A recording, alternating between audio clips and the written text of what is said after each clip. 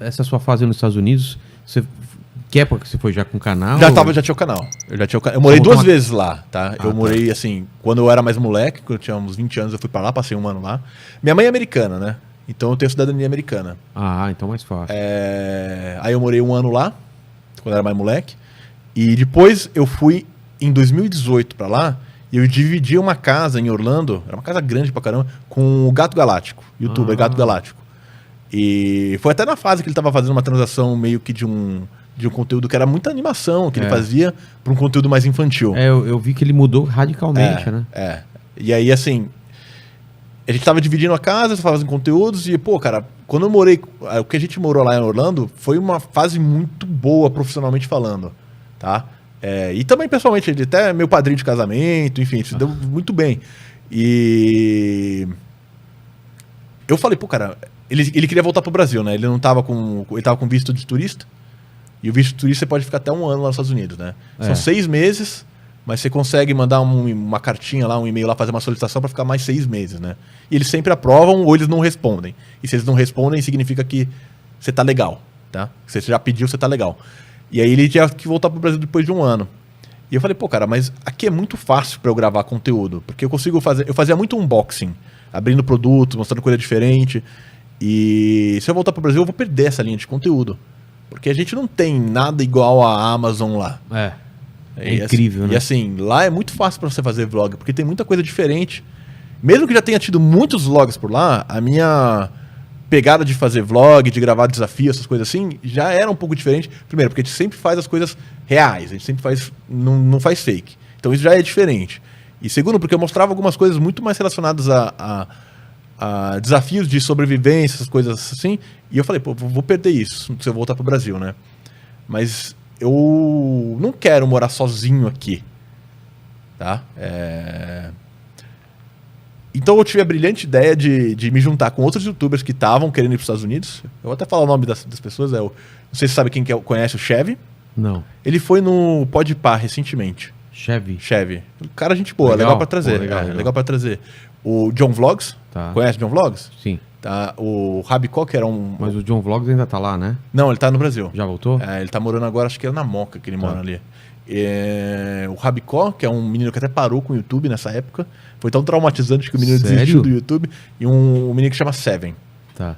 Mas foi traumatizante, então? Não é que foi traumatizante, é que não foi uma experiência profissionalmente falando positiva. Embora a gente tivesse conseguindo fazer números bons no YouTube, a gente nunca teve...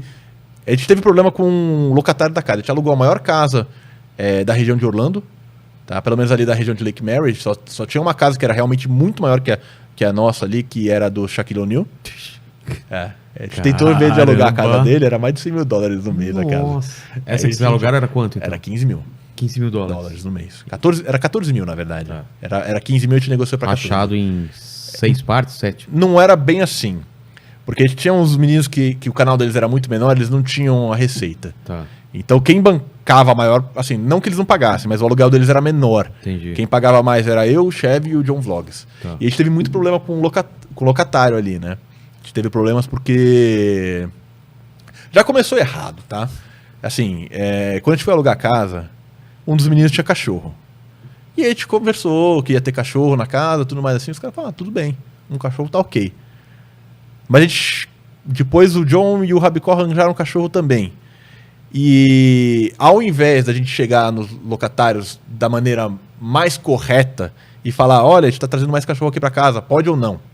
A gente não queria perder o investimento que a gente já tinha feito. Então o que a gente fez? Nos Estados Unidos você tem um negócio que você pode ter... chama Company Dog, que é um cachorro de suporte emocional.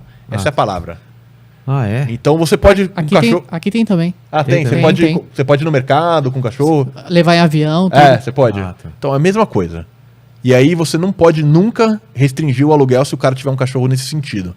A gente falou, vamos fazer a carteirinha de suporte emocional pros cachorros e tá tranquilo. Só que daí, tipo, ok, a gente tava com um respaldo legal, mas os donos da casa começaram a fazer a nossa vida um inferno ali, porque, cara... Querendo ou não, a gente tinha um contrato, né? Muito, muito certinho. E a gente tava gravando os vídeos pro YouTube e a gente fez a besteira do filho do dono ali saber que a gente tinha canal no YouTube. Então o cara tava vendo a gente fazendo cada merda ali na casa. Dele, cara. Assim, por exemplo, tinha uma cláusula no contrato que não podia abrir um sótão que tinha lá, tá? Porque não podia, não sei, mas não podia. Primeiro vídeo, É óbvio, que né? acho que foi o John que fez, já abriu ali. É claro, vai falar pra um brasileiro, não abre aqui. Aí o cara, ele não falou nada. Ele só acho que foi guardando as coisas assim, né? Chegou um dia que assim, eu lembro que eu tava aqui no Brasil, eu vim fazer um evento aqui no Brasil, a gente tava no Brasil e os caras me ligaram desesperado, falando assim, pô, Vlad, os caras estão instalando câmera aqui na casa. Eu falei, mas fora da casa? O que é? Não tá no contrato, não tem nada, né? Não, eles estão querendo estar lá dentro. E a câmera fazia a transmissão ao vivo pro dono da casa. Caramba. Aí eu falei, mano, irmão, deixa o cara montar, só tira o cabo. É. Só tira o cabo. Deixa o cara montar aí, tira o cabo e depois a gente conversa. E ele botou as câmeras lá, a gente tirou o cabo.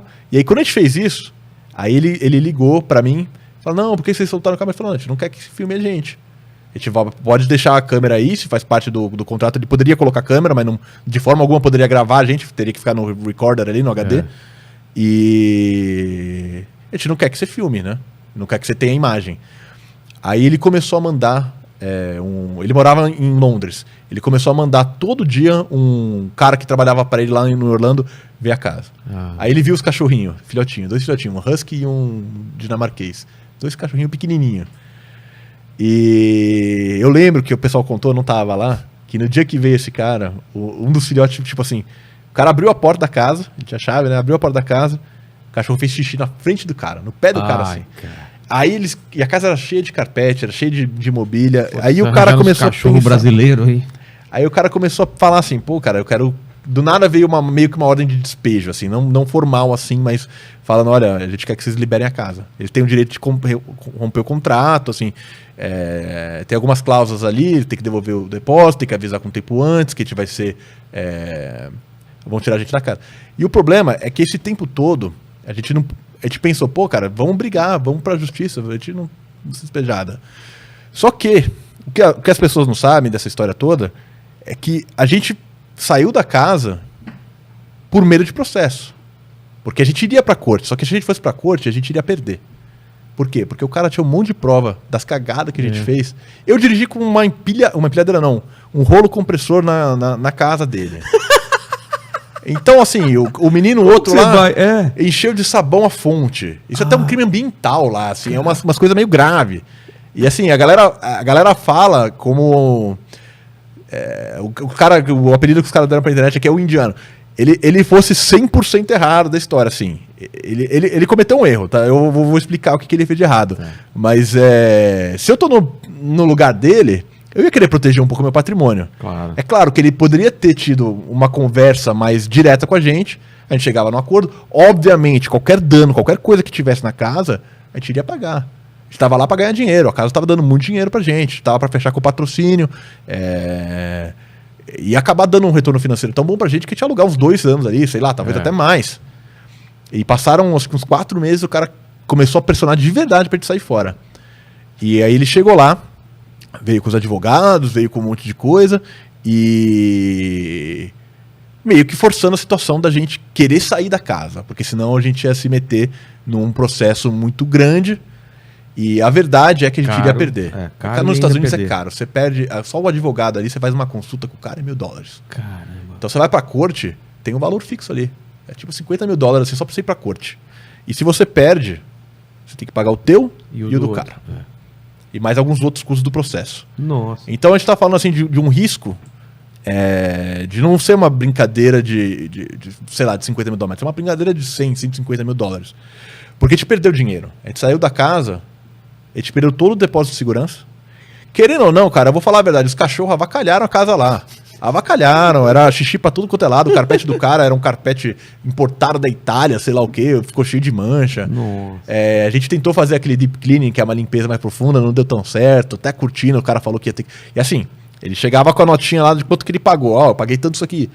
Vocês podem me garantir, adiantar esse dinheiro, que daí eu fico tranquilo? Só que a gente já tinha adiantado pro cara o depósito de segurança de $60.000. Caralho! Pra alugar a casa. Era 3 meses de aluguel, que dá 45, e mais o último aluguel, né? Então dava $60 mil mais ou menos que a gente já tinha adiantado. Que né? não devolveu. Mas não devolveu. Isso aí ele pegou. Foi esse o custo que a gente teve pra sair da casa. Os caras falam 1 milhão, sei lá o que, assim, não, $60 mil. Que a gente Hoje gasta- em dia é 1 milhão. Quase. Quase, né? Quase. E mais os aluguéis que a gente pagou e a gente nunca conseguiu criar o conteúdo da forma que a gente queria. Mas eu digo que o cara fez uma besteira porque é o seguinte: aquela casa já tava pra alugar faz quase um ano. Tava parado. E depois que a gente saiu, ele nunca alugou. Tanto que passou uns 6 meses, ele me mandou uma mensagem exatamente assim: pô, Vlad, acho que a gente. Quando saiu ali, a gente não conseguiu se falar bem, a gente não viu. Poderia ter feito de uma maneira um pouco diferente. Talvez conversar em ter comissão de patrocínio. Ele queria ganhar dinheiro, assim. E, cara, a gente tava com a perspectiva de ganhar tanto dinheiro lá. Que vocês até Então, aceitariam. cara, né? se ele me falar assim, pô, vocês querem ficar aqui? Me dá 20% do que vocês ganharem.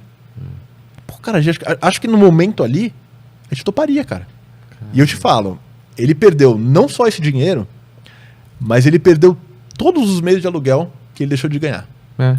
Então, assim, ok, a gente perdeu esse dinheiro, esses $60 mil, foi um estresse emocional do caramba, porque você ser expulso de uma casa, você abandonar a mão do seu projeto que você está pensando para os próximos 2 anos, é muito difícil. É muito difícil. Então teve gente aí que demorou para conseguir se recuperar desses meninos. E até hoje teve gente que nem se recuperou. Mas ao mesmo tempo, eu entendo um pouco a cabeça do cara. Só que o que eu senti dele é que ele achou, pô, esses caras são youtuber. Eles têm dinheiro pra caramba. Então eu vou dar uma pressionada aqui, eles vão liberar $100 mil, $200 mil, vão querer ficar. Só que não tava nada fechado ainda. E a situação tava tanta pressão psicológica em cima da gente com esses lances da casa, que muitas das pessoas que estavam ali, eles não estavam conseguindo gerar o conteúdo que deveriam e conseguir monetizar da forma mais ideal a ponto de conseguir arcar com esses custos, né? Eu falei, pô, cara, eu não vou ficar pagando mais dinheiro ainda correndo o risco do cara processar. Tá? Assim, pagar depois, assim, o cara entre alguma desavença e pagar uma bolada. Então a gente fez, na hora que ele saiu, falou, pô, cara, fica com um depósito de segurança, assina aqui que você nunca vai processar a gente com isso. A gente nunca aconteceu nada, tá tranquilo, tá tudo tranquilo. Tem até hoje o papelzinho guardado, a assinatura Pelo dele. menos isso. Né? Bom, se livramos da dor de cabeça. E o cara perdeu muito dinheiro com isso também. A gente perdeu dinheiro pra caramba, mas ele também perdeu dinheiro pra caramba. É assim. $60 mil.